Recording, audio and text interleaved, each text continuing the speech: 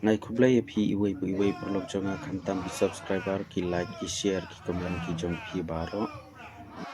wala ka election commission kam parla man panna ya ka tarik ban yakun ya kane ka election ha ka Shillong parliamentary seat namar ka jingklat no jong Dr. Ricky H. Singkon ndrai ka voice of the people party kala dep panna ya ukurtong ibadai I Dr. Batskem Marpo te ngalayu I ya ki komen ki baper ba hakini kisi ki lasdang ban ya ki win kumno ban ya wat ya ki kertong na ki way pat ki party ndrai ka voice of the people party kala depan ti kena lemba ka SEC ya I Dr. Batskem Marpo ba ila menjur ban pha hakane ka election siteng samoy te kipaj ba ru kidang ap kumno ban yo I ya kata rik kumno ban yakun ya ke election namar hadu mentam ne ka leer jong ke election MP siteng samoy kelas sedang be namar babun ki parti kelas sedang ya pan kre ndrei ya ki kerteng kimpat siam layo ndrei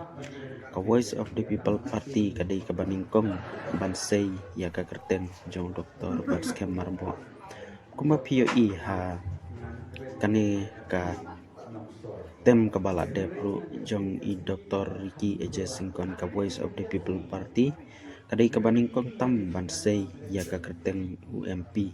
dai Dr. Ricky H. Singkon ndrei mataru kadai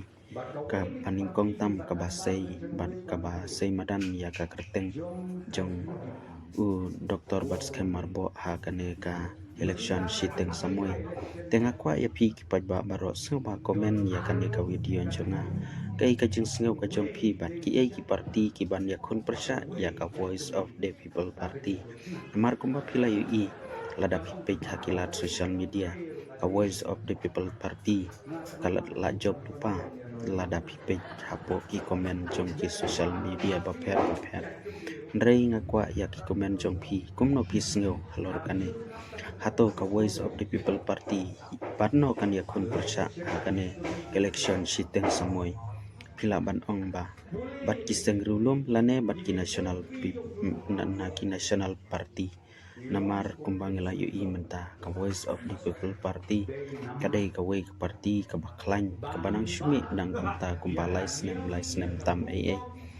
te ngakerpat ya phi snobha share lem ya kane ka video jonga ngin se kendu biang ha ki way pat ki video kublai sibun kublai si hajar no